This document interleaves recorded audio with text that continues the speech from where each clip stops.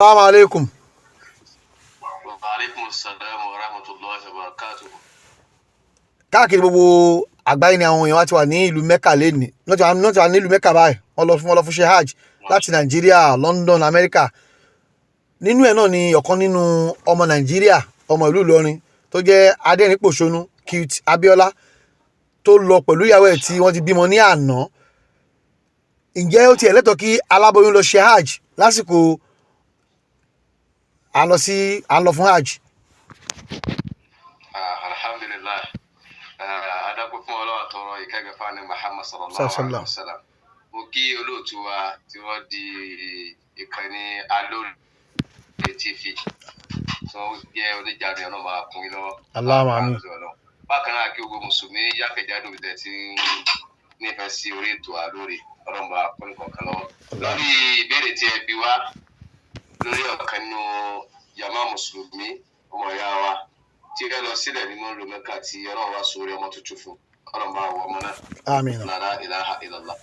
Ṣùgbọ́n lórí ìbéèrè tí ẹ bi wá pé ìjẹ́ olóyún obìnrin tó lóyún nínú ìdílé lọ sí hajj. Allahu akbar. Kò sí ohun tí Al-Qur'an ọ̀yẹ́jú.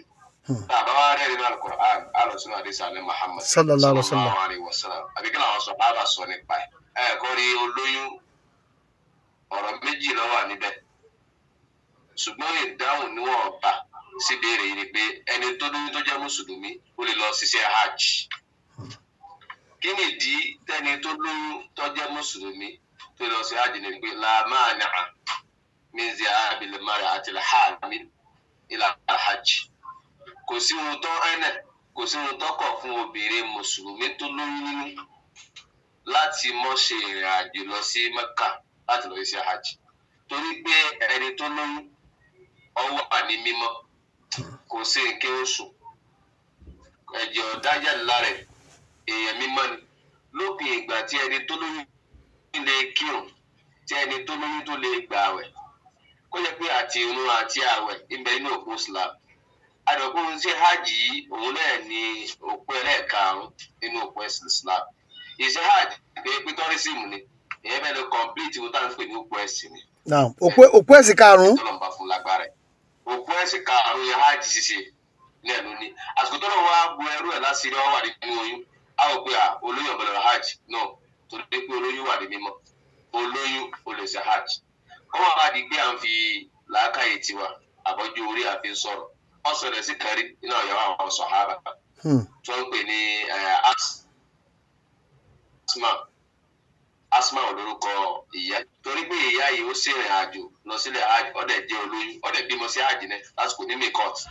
Àrídẹ̀ rí látọ̀dọ̀ ìyàwó Aisha radiyallahu ta'ala anha. Ìyàwó Aisha ní nufisati Asma bintu Amis. Wọ́n ní ìyàwó àwọn àfẹ́ ìlédè wọ́n ní nufisati mẹ́yà ní wúlìdátì. Asma ọmọ Amis tó bímọ. Asma yìí ọjọ́ Zawja Abibakri, ọjọ́ ìyàwó Khalifa alákọ̀ọ́kọ́ lẹ́yìn bàbá ní Muhammad papòdà tẹ́. Sallallahu alaihi wasallam. Pè ní Abubakar Siddiq, ìyàwó Abubakar Siddiq ni. Ó bímọ bí Muhammad ibn Abibakar. Torí pé ọ̀kan náà àwọn ọmọ Abubakar yẹn à ń pè ní Muhammad.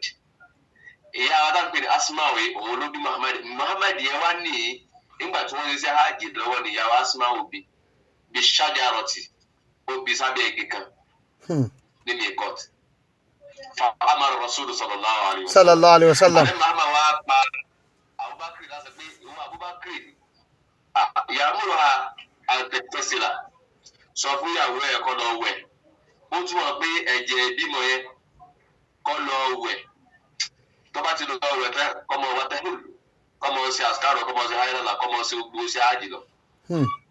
So ẹ̀rí ẹ̀ fi ń dá lójú pé ẹni tó bá wà nínú oyún ó lè ṣe hajj. Kò sí ohun tó pọ̀ fún ṣẹ̀ríà Islam tó ní kí olóyún kọ́mọ lọ ṣe hajj. Ya Sheikh, lára àwọn nǹkan tí wọ́n ní àwọn ẹ̀kọ́ ń ròǹgbà kan àbí táwọn èèyàn máa ń sọ ni pé ẹni tó wà ní ipò ìlóyún ipò ẹlẹgẹ́ ló wà. Iṣẹ́ hajj kẹ̀dẹ̀rẹ́ kì í ṣe eré, kì í ṣàwàdà. Iṣẹ́ tí ó gba ọ̀pọ̀ ìfaraṣe ìfẹ̀míṣe gidi ni. Ṣé eléyìí yẹn tó wà lóyún ṣé kò lè affect ẹ̀? Ẹ ṣeun Ọlọ́run gba àṣẹ lẹ́sìn. Allahumma amin. Ìdáhùn sí ìbéèrè yà ọkọ̀ ìmọ̀kọ́ fún ẹ̀rí yẹn wa. Naam. ìdáhùn sẹ́yẹ̀ kejì sí ọ̀rọ̀ tẹ́ bá sọ yìí ìsìláàmù ẹ̀sìn tí ó gbà rọrùn dínú yusr ẹ̀sìn ìrọ̀rùn ni ọlọ́run máa ké fún wa pé inna Allaha yuridu bikumul yusra wa la yuridu bikumul usra ọba mi fẹ́ rọrùn fún yín kò fẹ́ nira fún yín rárá àwọn tí wọn ò lè ṣe hajj kódà ẹni tó ń sì kí oṣù lọ́wọ́ àbẹ̀ntẹ́jẹ̀ bímọ ń bẹ lára ẹ̀ gan àyè gbà láti ṣe hajj àrẹ́bí sọ pé ìsìn àyè máa yẹ sẹ́wọ̀n hajj gbogbo ẹni tí ẹ sì ń sin kí oṣù lọ́wọ́ àbẹ̀sẹ̀ bímọ tẹ́jẹ̀ ò tí ì dá gbogbo ohun tó wà lálàjì ṣe pátá ẹ̀ mọ́ sí gẹ́rọ ànlá tẹ̀túfì lẹ́yìn pé ẹ̀ bọ̀lọ̀ tàwáàfù Káàbà. nìkan.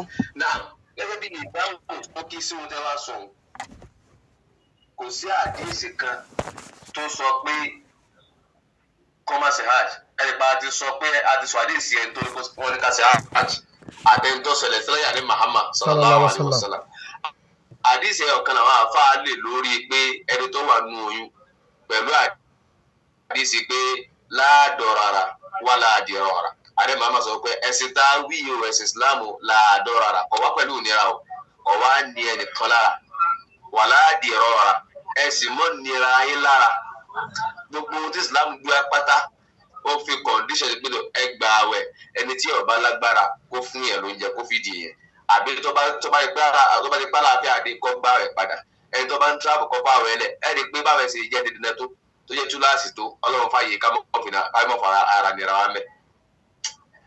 bákan náà ẹni tó ń kírun àlàáfíà rẹ̀ kó dúró láti kírun ara pé mọ̀ fara nira ẹ̀ lára nù. lágbára àti kírun ọ̀dà ẹ̀yin tẹ́ ń travel ìrólókò mẹ́rin ẹ̀sọ́ di méjì torí pé àárẹ̀ wà lára yín Islam ni wà lára nìyẹn.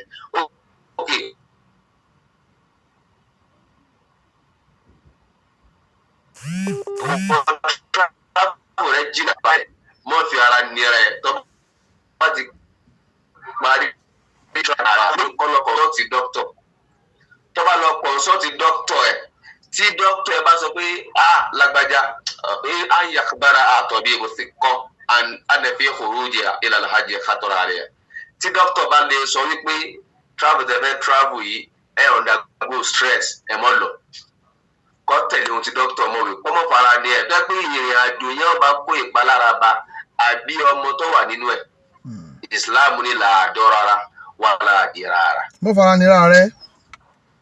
fara nira rẹ mọ́dẹ̀ fara ní ọmọ tó ń bọ̀ wá.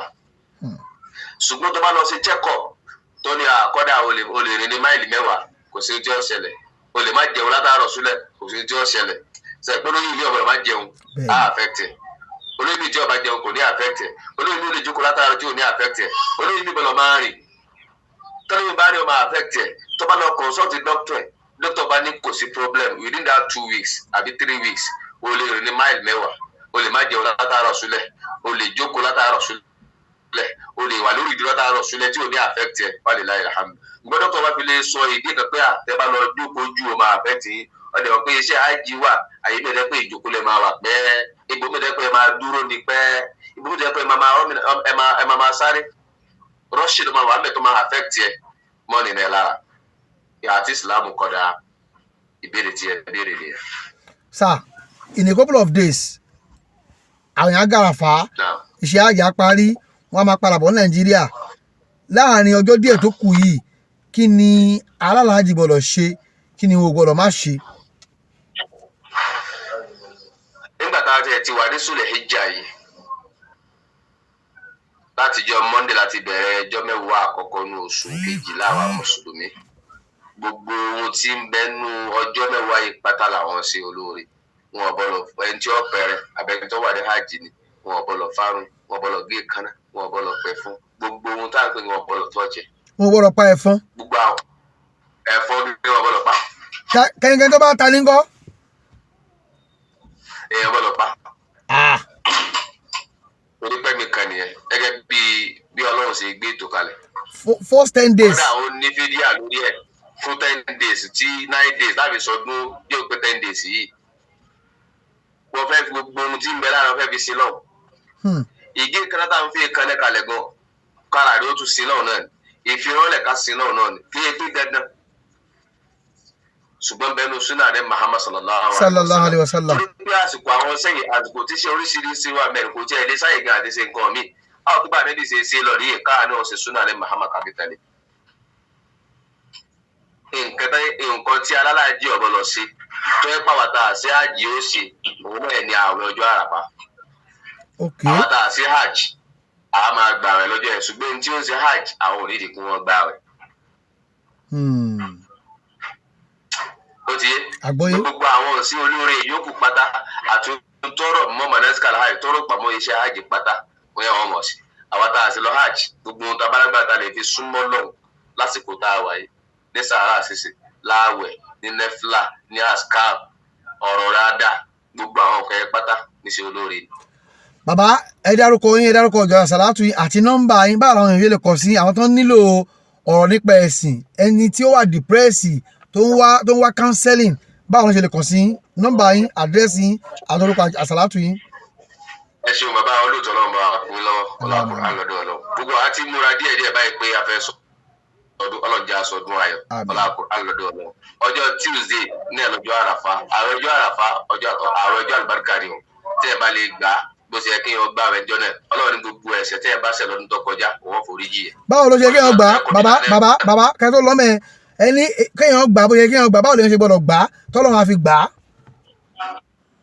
iná ni wípé ẹ gbọ́dọ̀ gba kájẹ sàárè lásìkò tó yẹ kájẹ kójú ọdẹ sọ̀rọ̀ láti máa wò kú kétí ọmọ bọ kú gbọ kẹnu wa mọ sọsọ kú sọ kábẹ wa mọ sọsọ kú sè kọ wa mọ mú kú mu kẹsẹ wa mọ rìn lọ bí tó yẹ kó lọ gbogbo tọrọ náà bẹ pé o jìnà sí ìyẹn gbà ẹ bọlọ ṣe ní ká gbà nìyẹn kò yẹ ṣe pé mi ò jẹun nìkan láàrẹ ló fi jẹ pé ládàáwẹ tọrọ wọn fún ẹni tó ń gbà rẹ kò jọra wọn torí pé ohun tí mi fi tí mi gbọ́ ọ yàtọ̀ sí ohun tí wọ́n fi tí ẹ gbọ́ sí ohun tó dára àbí ohun tí ò dá.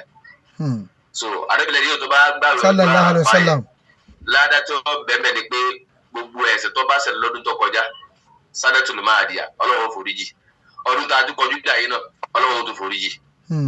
làyẹn wọn fi ń dúró sí pé ọjọ́ àràfá yìí torí pé ọjọ́ gbígbà àdúrà rè inú àwọn bonanza tó máa ń wálẹ̀ kan lọ́dún tí ìjọba lọ mix ẹ ẹni tó bá ń wọ orí lọ́dọ̀ Ọlọ́run. bàbá a tún máa ṣe apá kejì kan tá à ń ṣe lọ́wọ́ ṣùgbọ́n ẹ dárúkọ ìjọ àsàlátù àti nọ́mbà yín. orúkọ mi ni Sheikh Giyasuddin Abiola Giyasi tí mo jẹ́ olùdásílẹ̀ Igasatulahi International Islamic Organization lórí nọ́mbà mi ẹni tó wá fẹ́ pé wọ́n bẹ̀rẹ̀ ń pa ẹ̀sìn àbáwọn kan tó rú lójú àbífàdùà pé àsórí 08133769943 ẹlẹ́ẹ̀kan sí 08133769943. ṣé WhatsApp nọ́mbà yín nìyẹn àbí. WhatsApp. Inshallah òun náà WhatsApp nọ́mbà mi inshallah. Wa aleykum salaam wa rahmatullahi wa barakatuh ẹ ṣeun a máa rí báwo. orúkọ mi ò tí ì yí padà Àkànbí Sunny the Great náà lórúkọ mi ẹni tó fọlọ́dúnmọ́ rẹ̀ ṣe bàbá Jésù Kristi ni mo fi ṣọ̀nkú ẹ̀mí mímọ́ ni mo fi ṣe gàrántọ̀ ayé mi wá gbọ́ gbogbo ẹ̀yin tẹ́ ń wo Alore TV gbọ́ mi lẹ́nu méjì lọ́lọ́run dá gbogbo nǹkan ó dá àárọ̀ ó dá ọ̀sán ó dá ọkùnrin ó dá obìnrin ó dá òkè ó dá ilẹ̀ ó dá òkùnkùn ó wá dá ìmọ́lẹ̀ ọjọ́ ló dá sọ́run o ìgbà ló dá sáyé iṣẹ́ wá rí tó dá sáyé fáwọn ènìyàn yẹn ó wá pín sí mẹ́ta lọ́gbọ̀gba ó pè kan nígbà àárọ̀ ìgbà ọ̀sán àti ìgbà alẹ́ gbogbo ẹ̀yin tẹ́ ń wò mí àti gbogbo ẹ̀yin tẹ́ ń láìkẹ́ tẹ́ ń bá mi ṣẹ́ ẹ̀yẹn ìgbà àárọ̀ yín ìgbà ọ̀sán yín ìgbà alẹ́ yín lórí Alore TV Wòmí Kazeem Aláròyé ti pẹ́ ìgbà yín àárọ̀ ọ̀sán yín kò ní bàjẹ́ lágbára Ọlọ́run ìgbà wọn ò ní bàjẹ́.